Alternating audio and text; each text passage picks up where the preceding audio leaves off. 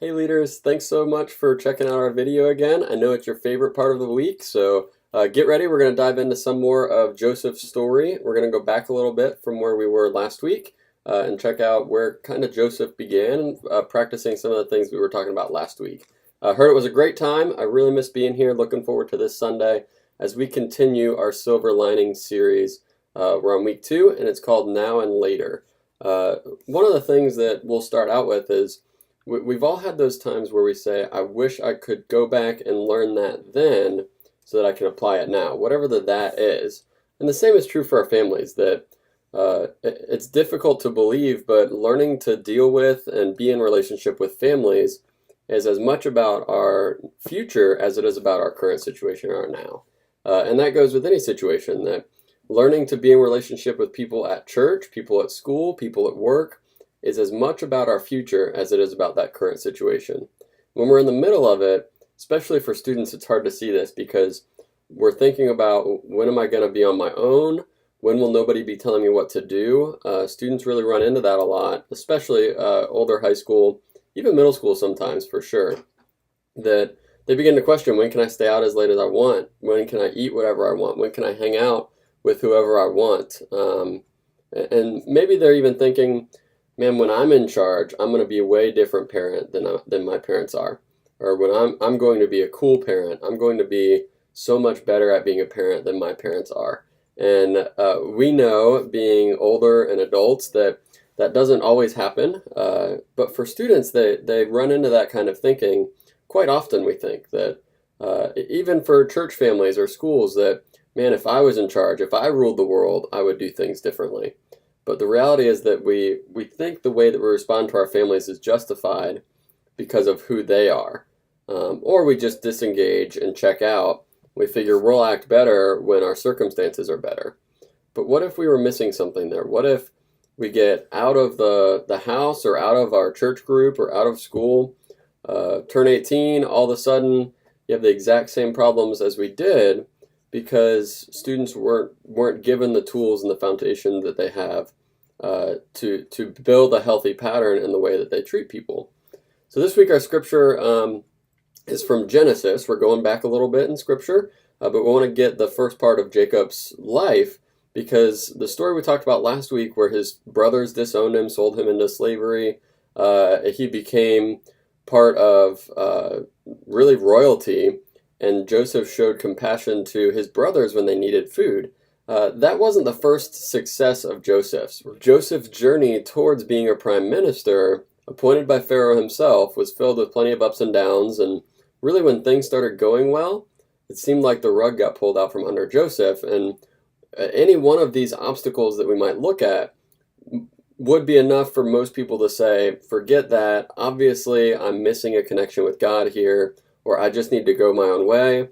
Joseph didn't respond in those ways and throw his hands up and say, I give up, or I'm victim. Joseph responded by really trying to find a connection with God.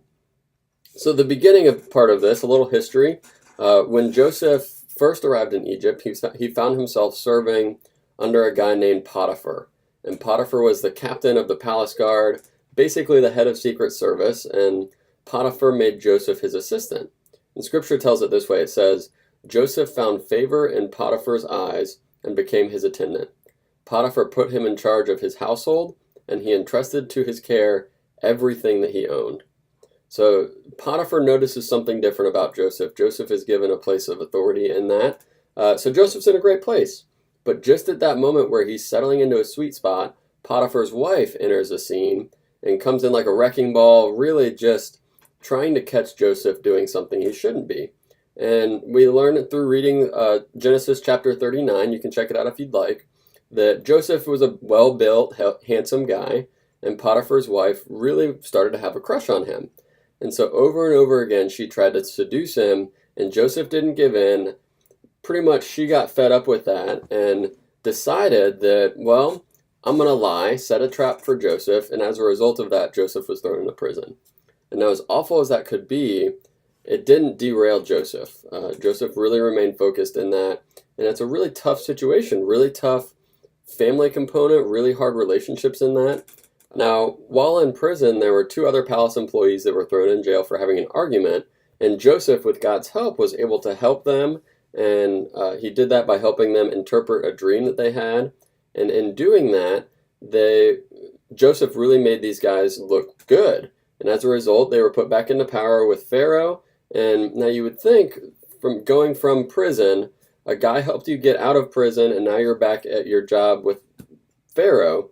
You would think he would remember that and help Joseph get out, but Joseph was not remembered in that. Joseph was left in prison, and what could have been Joseph's ticket out of jail wasn't, and that's probably pretty disappointing. That even then, when things didn't look so great, Joseph didn't stop being faithful to God and doing what he knew would be right. Joseph honored those around him and respected authority, even though his circumstances were less than ideal. And even though the people in charge had let him down, even though the situation had let him down, Joseph's actions were not dependent on their character. And so this week we'll head out with three main challenges that we can begin to see that learning to respect and honor people around us really affects how we are in the moment, and it also affects our future. So with that being said, we have three things that we'll leave with on Sunday night. And that's the challenge to treat people well, to react kindly instead of reacting harshly to situations, and to find belief in God's purpose for it. That do we believe there's a reason that God has you where you are in this situation? Basically, as we wrap up, and we're looking right in the middle of this series, next week will be the last week, we're beginning to help students create patterns that they'll carry with them for the rest of their lives. So our question is, and our leaving challenge would be, will you choose your actions, or will you let others determine how you react? And with God's help, the harder we work at this, the harder we work at treating others well, the harder we work at reacting to others in a positive way, the more success we will have in the long run, no matter what the authority ends up being like, what the circumstance ends up being like, that we can practice this, and with God's help, we will find more success in the long run. So we'll see you at 4:15 at our leader meeting. Really looking forward to this week. It's good to be back, and I will talk to you later. Thanks.